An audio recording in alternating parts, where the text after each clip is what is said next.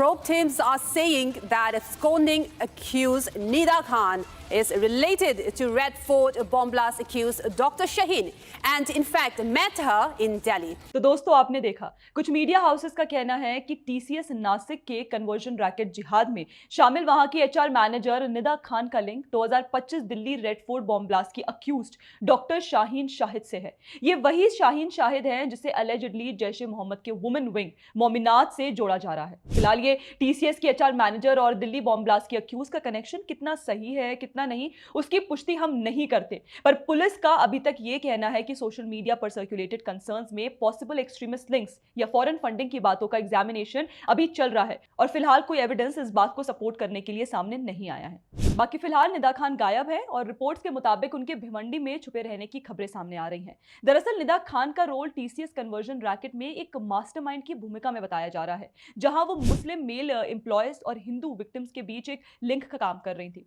कुछ वैसे ही जैसे द केरला स्टोरी में आसिफा के कैरेक्टर ने अपनी बाकी दो सहेलियों, एक हिंदू और एक क्रिश्चियन को हिजाब पहनने और बाद में अपने मेल मुस्लिम दोस्तों के साथ रोमांटिकली इन्वॉल्व होने में मीडिएशन का रोल प्ले किया था। टीसीएस की एचआर मैनेजर निदा खान का भी अलेजिडली कुछ वही रोल सामने आ रहा है। बाकी यहाँ आयरनी देखिए कि निदा खान अलेजिडली कंपनी के इंटरनल पॉश कमेटी की मेंबर भी थी। पॉश यानी prevention of sexual harassment at work place, लेकिन वो खुद ही वहां की हिंदू महिला एम्प्लॉयज की अपने को मुस्लिम एम्प्लॉयज पर की गई कंप्लेंट्स को एड्रेस करने में फेल हो गई। रिपोर्ट्स के मुताबिक उसको कई ईमेल्स भी पीड़ितों द्वारा लिखी गई थी, लेकिन सब कुछ आंखों के सामने होने के बावजूद इग्नोर कर दिया गया और ऊपर से ये भी कहा गया कि कॉर्पोरेट इंडस्ट्री में तो ये आम बात है। फिलहाल निदा के खिलाफ मल्टीपल चार्जेस के अंडर कंप्लेंट बुक्ड है, जैसे criminal intimidation, outraging modesty, coercion etcetera. सोचिए एक कंपनी की 8 से 9 एम्प्लॉयज ने अपने साथ हो रहे पिछले कई सालों से वर्क प्लेस पर हैरेसमेंट, धर्मांतरण, फोर्स बीफ ईटिंग, हिंदू देवी देवताओं की कुछ विशेष समुदाय द्वारा की गई मौकरी के